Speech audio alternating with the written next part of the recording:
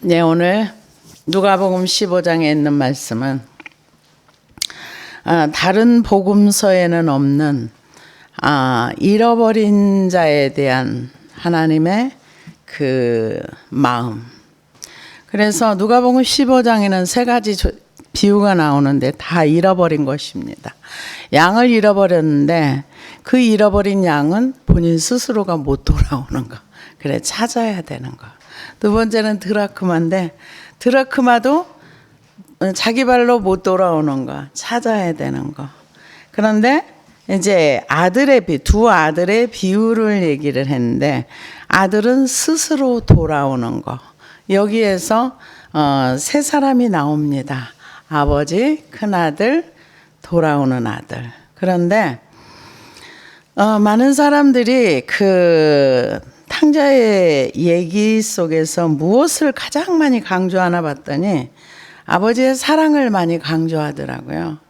아버지의 사랑은 우리가 강조하지 않아도 어마무시한 사랑입니다. 왜냐하면 우리가 죄인 되었을 때 우리가 하나님을 알지도 못하고 알려고 하지도 않고 우리가 살고 있는 이 현실이 어두움인지 빛인지 전혀 우리가 죽음 이후에 지옥을 가는지 천국을 가는지 아예 모르는 어두운 가운데 있는 하나님의 진노밖에 없는 그 인생들에게 하나님의 아들을 보내주셨다는 거, 이거 하나만 가지고도 그 사랑을 말로 표현할 수가 없어요. 그래서 이 하나님의 사랑이 어떠한 사랑인가, 여기 큰아들의 오해와 둘째 아들의 돌아오는 과정, 이 과정을 설명을 했습니다. 그래서 구약에서는 이 하나님과 이스라엘 백성의 관계를 남편과 아내로 비유를 했어요. 그 남편과 아내의 비유는요, 계약의 관계라는 거예요. 부부가 서로 결혼할 때 약속을 하잖아요. 네가 이렇게 하고 내가 이렇게 하고, 그래 서로 사랑하는 마음을 가지고 언약의 관계라는 거죠. 언약이 깨지면 이혼하죠. 그래서 호세아서에 그 이혼했다, 네가 나를 떠났다, 그런데 내가 다시 너를 사랑해서 그 값을 주고 고멜을 사왔다. 그게 하나님의 사랑을 표현한 게 호세아서입니다. 그런데 구약에서 이사야 54장 5절에도 보면은 이는 너를 지으신 이가 내 남편이시라. 이게 사랑의 관계를 얘기하는 거예요. 사랑의 관계 속에는 의무와 책임도 있고 반드시 그 지켜야 할 어떤 법도가 있는 거죠. 사랑의 관계, 가족 관계가 되었는데 지 맘대로 하면 얼마 못 가서 이혼해요. 깨져요, 가정. 요즘 많이 깨지더라고요. 제가 그 이혼을 많이 했던 어떤 변호사, 이혼 상담을 굉장히 몇천 건을 했다나 몇만 건을 했다나 하는 분이 그런 얘기를 하더라고요. 뭐라 그러냐면, 요즘 여자들이나 남자들은 똑같이 바람을 피는데, 그러고 나서 그 이혼을 하러 왔을 때 하는 얘기가, 바람을 핀 사람이 죄송해요, 제가 이게 아니라 쟤 때문에 내가 바람을 폈다는 거예요. 네가 나한테 조금만 더 잘해줬으면은 내가 바람 안 필 건데 네가 나한테 잘못했기 때문에 내가 바람을 핀 거야. 그러면서 자기의 잘못을 상대방에게, 그거는 여자든 남자든 상관없대요. 그러면서 또 한 가지는 내가 이렇게 사는 거는 너 때문에 내가 힘들어. 그러니까 이혼하러 온 사람들 중에 내가 부족해가지고 이런 사람은 아예 없고 너 때문에 내가 힘들어서 이혼을 해야 돼.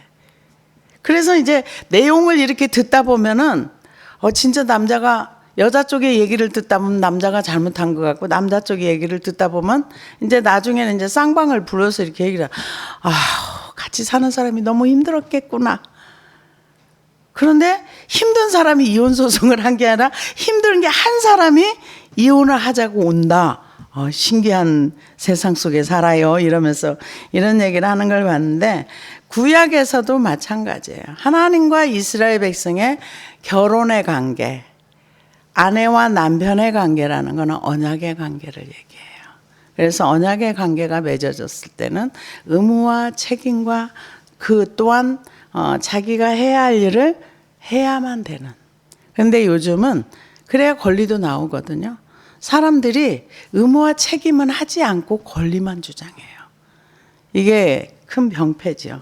그래서 많은 사람들이 이 돌아온 탕자 얘기를 할 때 하나님 아버지의 사랑이 얼마나 큰가. 네, 맞아요. 얼마나 큰가.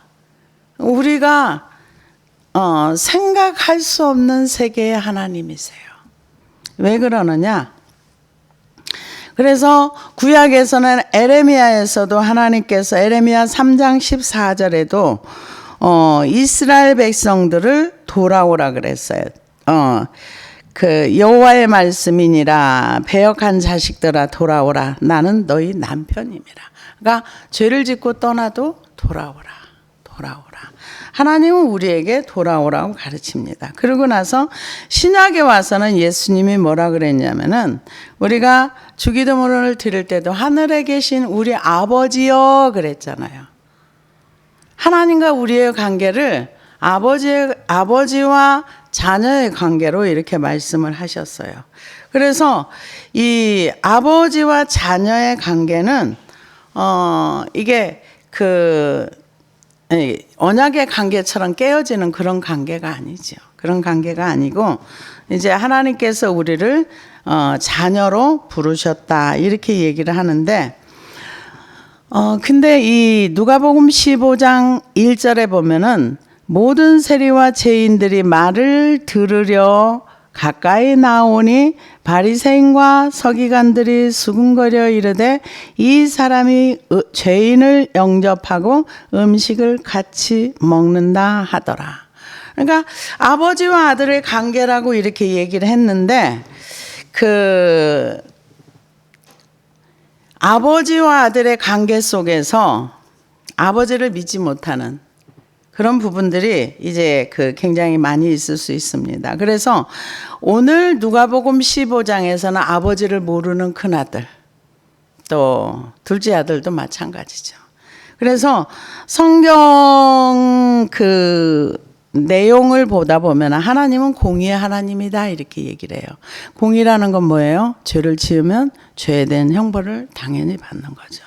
그러니까 이 바리새인들과 서기관들이 생각할 때는 죄인과 창녀들, 범죄자들 이런 사람들은 하나님의 말씀을 들으면 안 되는 거예요. 왜 안 되는가? 얘네들은 율법도 지키지 않고 하나님을 따르지도 않고 지멋대로 살고 돈을 위해 살고 죄짓고 맘대로 사니까 얘네들은 하나님의 혼낼 대상이지 어울리면 안 되는 대상인 거예요. 왜? 우리는 의인이잖아. 우리는 율법을 지키고 일에 2번 11조를 하고 근처에 11조까지 11조를 하고 또 율법을 지키기 위해서 얼마나 노력하고 사는데 얘네들은 율법도 안 지켜. 하나님 앞에 의무와 책임도 안 해. 아무것도 안 해. 죄만 짓고 살아. 얘네들은 벌 받아야 마땅한 거야.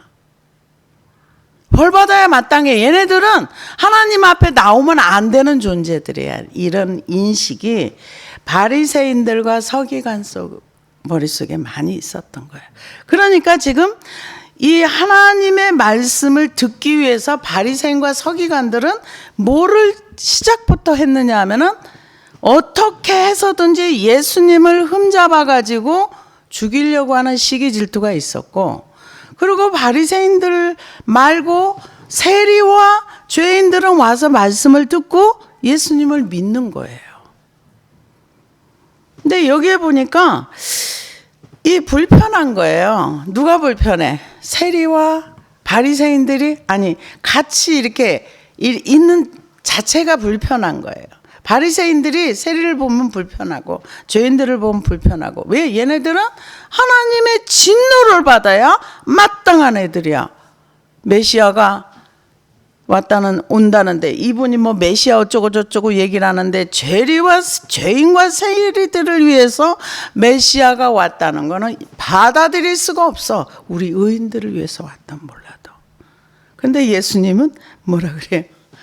병든 자에게는 의원이 필요하고 건강한 자에게는 의사가 필요 없다. 나는 죄인을 부르러 왔다. 소화 안 되는 얘기입니다. 그래서 성경에 보면 하나님 아버지가 어떤 분인가를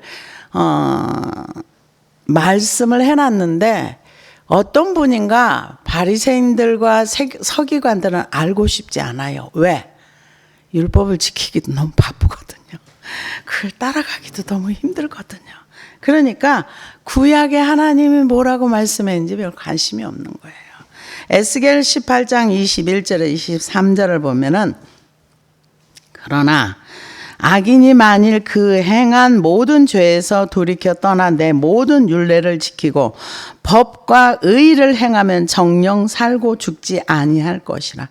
그 범죄한 것이 하나도 기억함이 되지 아니하리니 그 행한 의로 인하여 살리라. 나 주 여호와가 말하노라. 내가 어찌 악인의 죽는 것을 조금인들 기뻐하랴. 그가 돌이켜 그 길에서 떠나서 사는 것을 어찌 기뻐하지 아니하겠느냐. 이게 아버지의 마음이에요.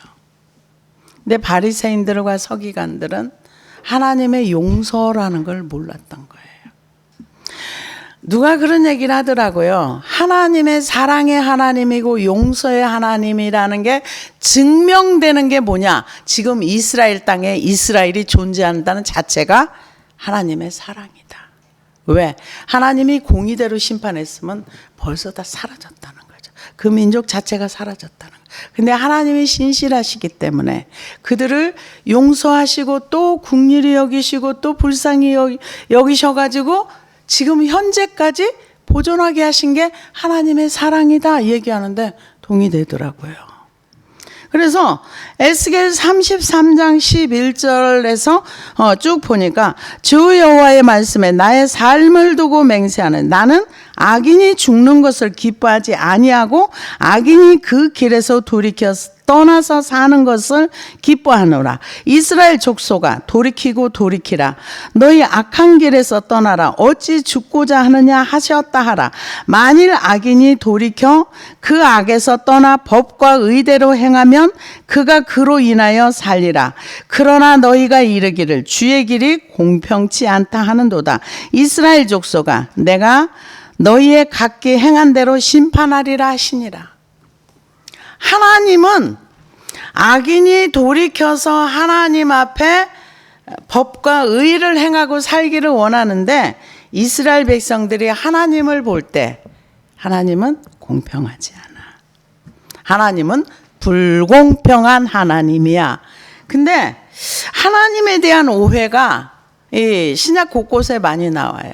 한 달란트 받은 그분도 당신은 심지 않은 데서 거두고 해치지 않은 데서 모으는 불의한 하나님이라고 생각. 근데 불의한데 왜 내가 동의를 합니까? 할 필요가 없는 거죠. 그렇게 하나님을 오해하니까 그분이 하나님 있는 천국에 못 갔어요. 어디 갔습니까? 바깥 어두운 데 갔죠. 그래서 제가 이렇게 이 말씀을 이렇게 묵상을 하다 보니까 큰아들의 마음이 요나의 마음이었던 것 같아요. 어떤 마음? 이 둘째 이놈 돈을 가지고 허랑방탕하고 지멋대로 살았어. 그랬으면 아버지가 받아주면 안 돼. 뭐 해야 돼? 모독에 내쫓든가 허벌나게 패가지고 이 아들한테 이 세월을 낭비하고 아버지 돈을 허비한 만큼의 대가를 지불해야 돼. 그래야 하나님이 공의 하나님이라고 생각할 수 있어요. 아버지가 이 지금 큰아들의 그 마음속에는요. 아버지가 못마땅한 거예요. 요나가 뭐라 그래요? 요나서 4장 1절에 보니까 요나가 심히 싫어하고 노하여 여호와께 기도하여 가로되 여호와여 내가 고국에 있을 때 이러하겠다고 말씀하지 아니하였나이까. 그러므로 내가 빨리 다시스로 도망하였사오니 주께서는 은혜로우시며 자비로우시며 노하기를 더디하시며 인애가 크시사 뜻을 돌이켜 재앙을 내리지 아니하시는 하나님이신 줄을 내가 알았음이니이다. 여호와여 원하건대 이제 내 생명을 취하소서. 사는 것보다 죽는 것이 내게 나음이니이다. 여호와께서 이르시되 너의 성냄이 어찌 합당하냐 하시니라. 해가 뜰 때 하나님이 뜨거운 동풍을 준비하셨고 해는 요나 머리에 쬐매 요나가 홍곤하여 스스로 죽기를 구하여 가로되 사는 것보다 죽는 것이 내게 나으니이다. 하나님이 요나에게 이르시되 내가 이 박넝쿨로 인하여 성냄이 어찌 합당하냐. 그가 대답하되 내가 성내어 죽기까지 할지라도 합당하니이다. 여호와께서 가라사대 내가 수고도 아니하였고 배양도 아니하였고 하룻밤에 났다가 하룻밤에 망한 이 박넝쿨을 내가 아꼈거늘 하물며 이 큰 성읍 니느웨는 좌우를 분별하지 못하는 자가 12만여 명이요 육축도 많이 있나니 내가 아끼는 것이 어찌 합당하지 아니하냐. 아버지의 마음은요 범죄한 인생이라 할지라도 회개하고 돌이켜서 아버지 앞에 오는 걸 원해요. 그런데 요나의 마음은 어때요? 쟤네들은 악한 애들이야. 쟤네들은 죽어 마땅해. 왜요? 그게 하나님의 공의라고 생각하는 거예요. 그 공의의 기준이 누구의 기준입니까? 요나의 기준이에요. 우리는 나의 요나와 같은 기준을 가지고 있으면 하나님 앞에 맨날 화내야 돼요. 맨날 화내야 돼요. 아니잖아요, 하나님. 아니잖아요. 쟤들은 벌을 받아 마땅한 거예요. 왜? 쟤네들이 이 아수르가 우리 민족한테 얼마나 악을 행했는데 내가 그럴 줄 알았다니까. 내가 가서 회개하라고 외치면 얘네들이 회개해가지고 회개하면은 하나님 벌 안 줄 알았다니까. 얘네들은 벌 받아야 하나님의 공의예요. 이게 여기 나온 큰아들의 마음이에요. 우리의 의가 깨어지지 않으면 우리는 요나처럼 큰아들과 같은 똑같은 마음을 가지고 삽니다. 하나님을 향해서 하나님 불공평하십니다. 하나님이 누군가에게 회개하고 돌아오는 사람을 보면 화가 나요. 쟤네도 지 맘대로 살았잖아요. 근데 왜 은혜 주세요? 쟤는 벌 받아야 마땅한 거예요. 이렇게 생각할 수 있다는 거죠. 그래서 오늘 근데 하나님은 뭐라 그래? 야, 너는 박넝쿨을 위해서 심은 게 하나도 없어. 네가 박넝쿨을 씨를 뿌렸니? 그렇다고 그래서 네가 걔를 키웠니? 걔한테 투자한 게 1도 없어. 근데 그것 때문에 왜 화내? 나는 화내서 죽어도 괜찮아요. 이러면서 하나님 향해 대들잖아요. 근데 나중에 하나님께서 야, 이 성에 지금 애들도 있고 나는 얘네들이 죽는 걸 원치 않아. 아버지의 마음입니다. 하나님의 사랑이에요. 하나님은 우리가 어떠한 죄를 범했다 할지라도 하나님께 돌이켜서 하나님 제가 잘못했어요. 몰라서 그랬어요. 용서해 주세요. 통과가 됩니다. 근데 진짜로 해야 돼요. 그냥 생각으로만 내가 잘못했네. 이건 아니에요. 정말 돌이키는 게 필요합니다. 그래서 오늘 비유로 또 말씀하십니다. 또 이르시되 어떤 사람에게 2 아들이 있는데 그 둘째가 아버지에게 말하되 아버지여 재산 중에서 내게 돌아올 분깃을 내게 주소서 하는지라. 아버지가 그 살림을 각각 나누어 주었더니 여기서 각각 나눠줬다니까 큰아들도 분량을 받은 거예요. 큰아들은 2배를 받아요. 성경대로 하면은 신명기 21장 17절에 보면은 반드시 그 미움을 받는 자의 아들을 장자로 인정하여 자기의 소유에서 그에게 2 몫을 줄 것이니 그는 자기의 기력의 시작이라 장자의 권리가 그에게 있습니다. 3분의 2는 큰아들이 받았고 3분의 1은 작은아들이 받은 거예요. 받았는데 사실은 이때 당시에 여기 이쪽의 이스라엘 문화는 아버지가 살아있는데 재산을 달라고 하면은 굉장히 잘못된 그 아들이랍니다. 그리고 아버지가 살아있는데 재산을 예를 들어서 3분의 2, 3분의 1을 나눠줬어요. 그래도 살아있는 동안에는 권리가 아버지께 있기 때문에 아무리 아들이 노력을 해도 그 모든 소유권은 나눠줬어도 아버지께 있답니다. 근데 아들은 그거를 이제 팔아서 가지고 나가버렸어요.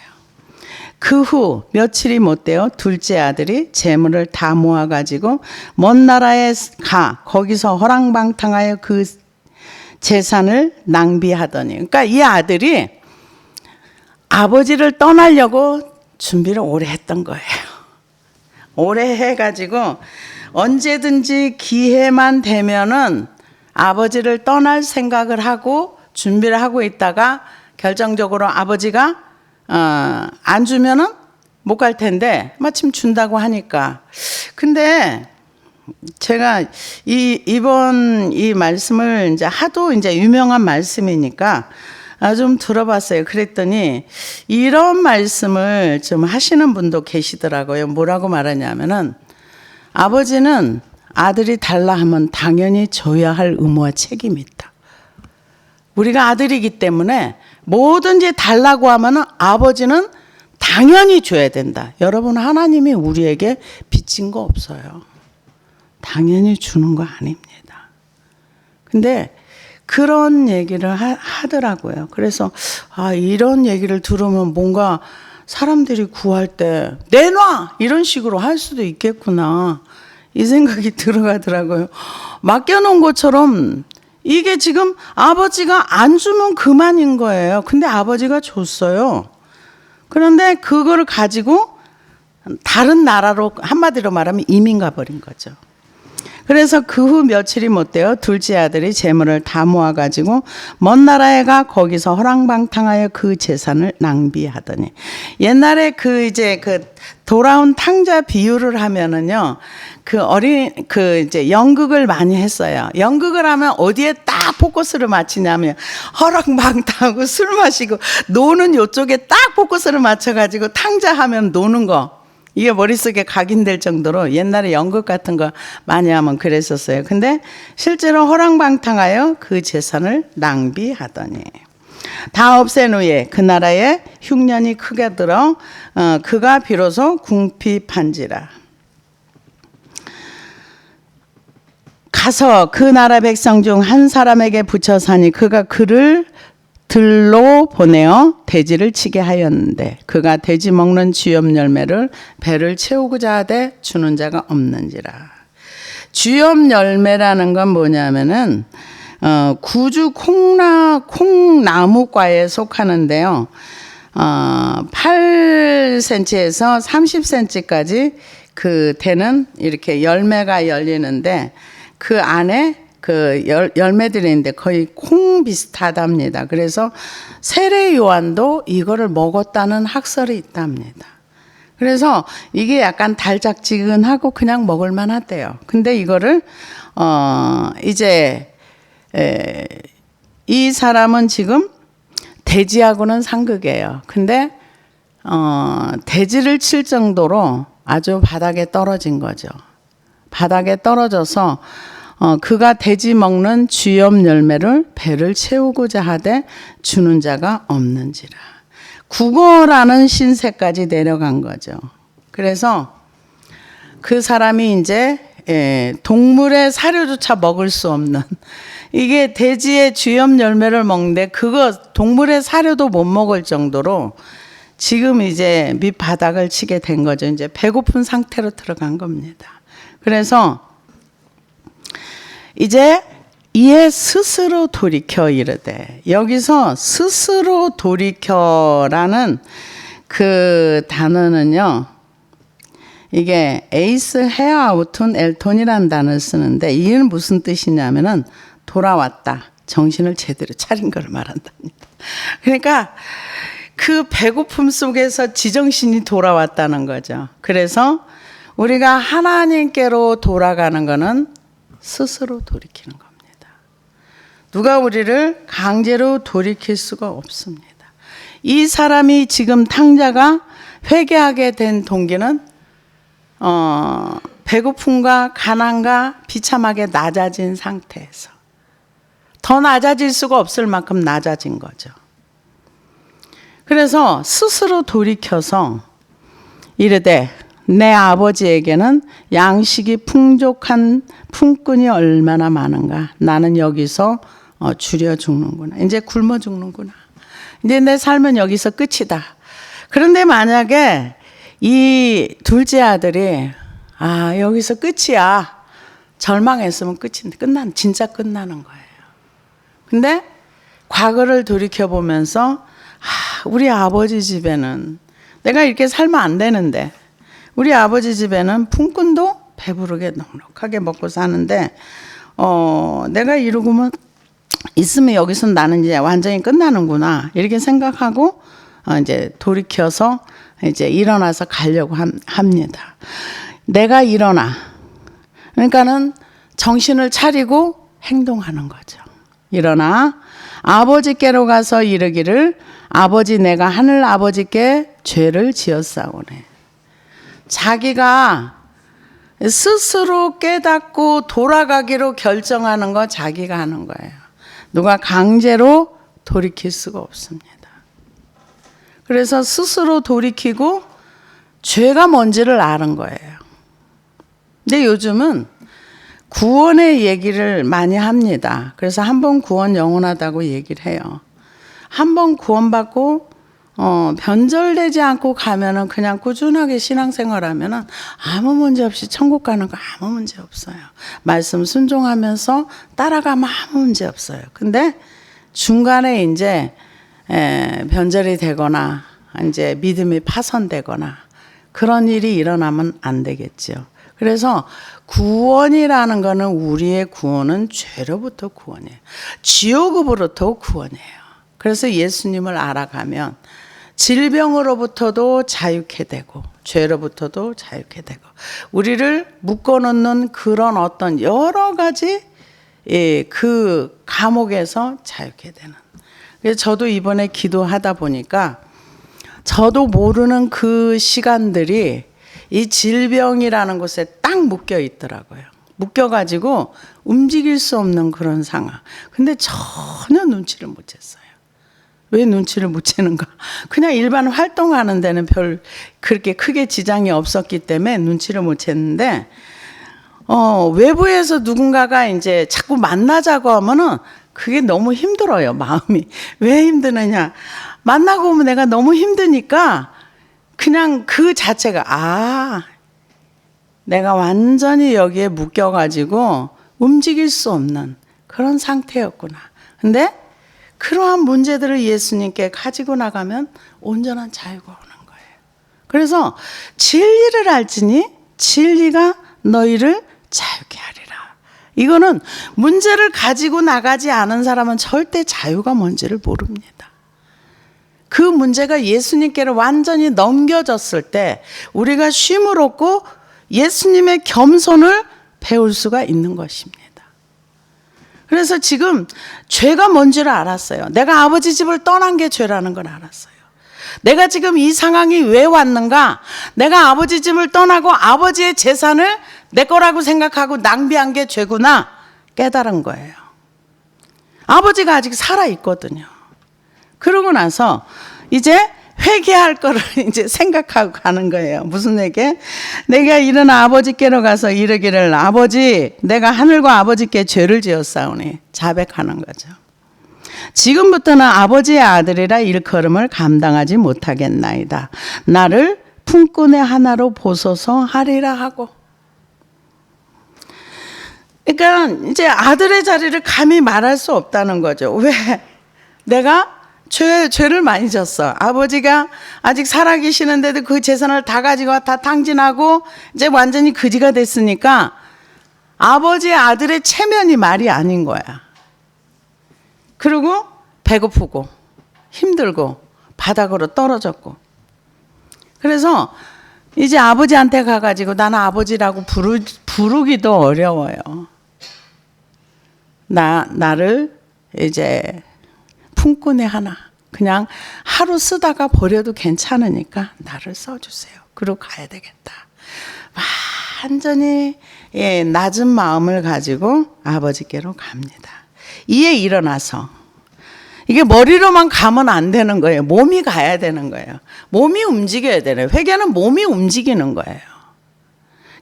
제가 지난번에 이제 회개에 대해서 이 누가복음 15장을 하면서 이렇게 쭉 많은 이렇게 글들을 읽다 보니까 회개를 얘기하면은 제대로 정확한 회개가 되면은요, 그 행동이 멈춰져요. 그 행동을 두 번 하지 않습니다. 그런데 회개하고도 그 행동이 똑같이 나온다고 그런 얘기들을 많이 하더라. 그거는 바르지 않은 거예요. 회개를 제대로 하고 나면은 교만을 만약에 회개를 했어요. 그러면은 교만의 뿌리까지 자아가 완전히 죽고 나면 교만하고 별 상관이 없어요.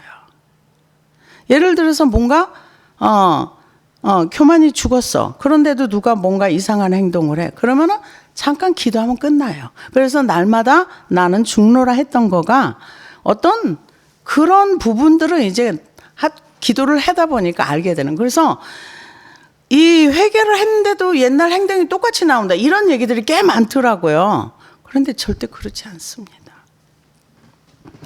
그래서 이제 돌아갑니다. 아버지께로 돌아가니라. 아직도 거리가 먼데 아버지가 그를 보고 측은히 여겨 달려가 목을 안고 입을 맞추니. 하나님이 우리를 용서하려고 기다리고 계세요. 근데 바리새인과 서기관들이 뭐를 몰랐느냐? 용서의 하나님을 잘 몰랐던 거죠. 이 창기들과 이 세리들도 회개하고 돌이켜서 바른 삶을 살 수 있다는 이거를 인식이 안 되는 거죠. 그냥 자기들처럼 똑같이 율법을 지켜서 이렇게 해야 되는데 얘네들은 노력을 안 해. 노력 안 하고 지 맘대로 살아. 그러니까 얘네들 인간 쓰레기야 이렇게 생각을 했던 거죠. 근데 하나님은 그들을 변화시킬 수 있는 능력이 하나님께 있기 때문에 그게 사랑이거든요. 그래서 하나님이 용서는 이 땅의 사람들에게 나오는 게 절대 아닙니다. 용서는 하나님으로부터밖에 나올 수가 없어요. 그래서 여러분들이 이 하나님이 용서하라고 했잖아요. 근데 용서 기도해보면 안 돼요. 왜? 인간에게는 용서가 나갈 수가 없어요. 요나처럼요, 상대방이 뭔가 죄를 잔뜩 졌으면 죄에 대한 형벌을 받는 걸 봐야 내가 속이 시원해요. 근데 하나님은 용서의 하나님이세요.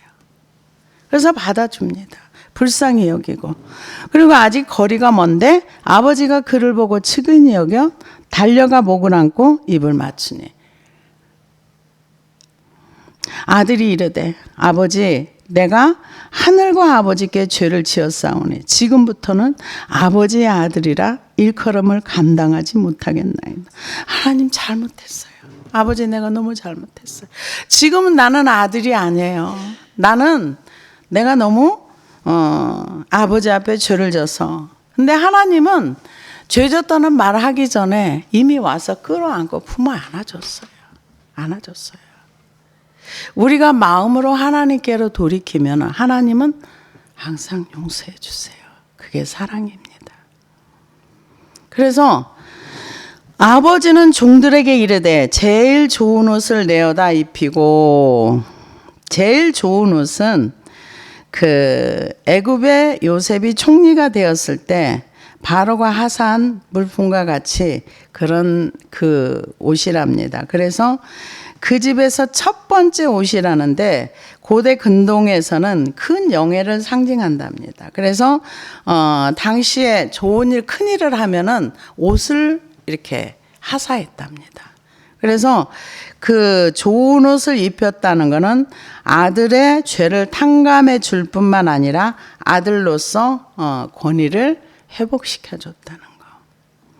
입히고 손에 가락지를 끼우고. 가락지를 끼웠다는 것은 어떤 인장반지와 같은 걸로 아들에게 주었다는 건 아들의 권한도 회복되었다는 거.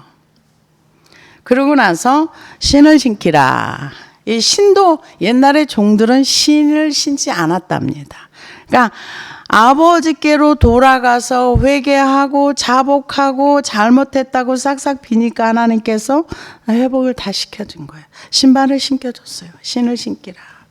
그리고 살진 송아지를 끌어다가 잡으라. 우리가 먹고 즐기자. 살진 송아지는 귀한 손님들이 왔을 때 중군동에서는 송아지를 잡아서 대접을 했답니다.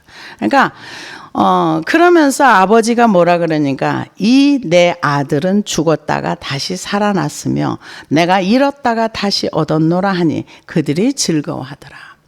우리가 아버지께로 돌아가는 거는, 우리가 아버지를 떠난 거는 죽음을 얘기해요.